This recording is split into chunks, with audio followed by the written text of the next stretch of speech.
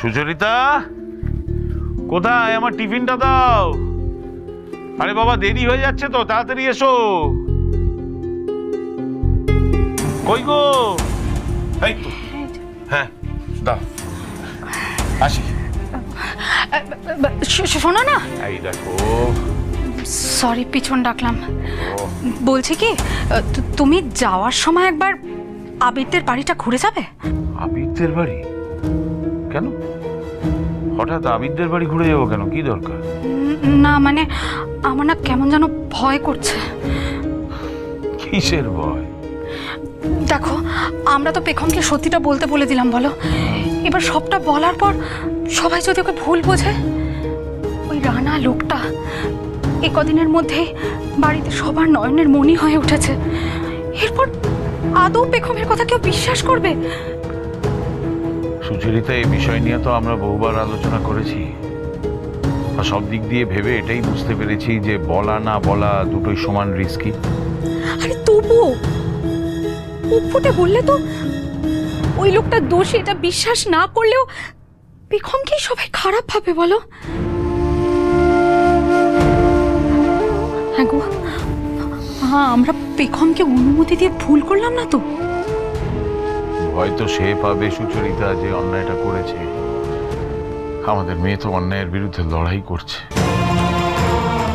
ওকে নিয়ে তুমি এত দুশ্চিন্তা করো না। আরে না, তুমি বুঝতে পারছো না। সকাল থেকে আমার ডান চোখটা লাফাচ্ছে, কি ভীষণ মনটা কুঁকাইছে আমার। এই দেখো, তুমি আবার এই সমস্ত কুসংস্কারের কথা ধরে বসে আছো। শোনো, আমি বেরোচ্ছি। হ্যাঁ, আমার দেরি হয়ে যাচ্ছে।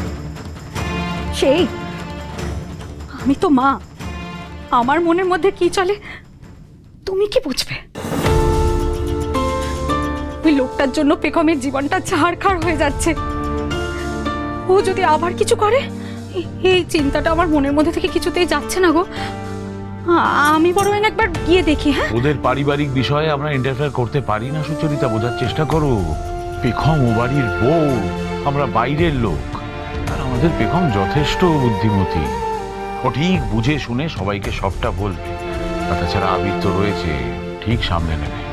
তুমি এটা নিয়ে এত দুশ্চিন্তা করো না। আর হ্যাঁ, ও বাড়িতে যাওয়ার কোনো দরকার নেই, ঠিক আছে? পেখমের যদি মনে হয় যে আমাদের সঙ্গে কথা বলার প্রয়োজন, তাহলে আমাদের ফোন করবে, নাহলে এখানে আসবে।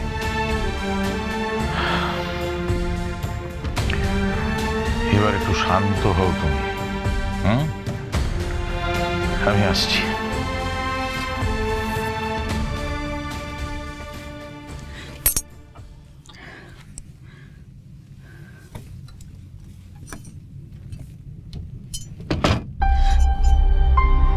যেতে বারণ করে চলে গেল। মেয়েটার খোঁজও পাচ্ছি না।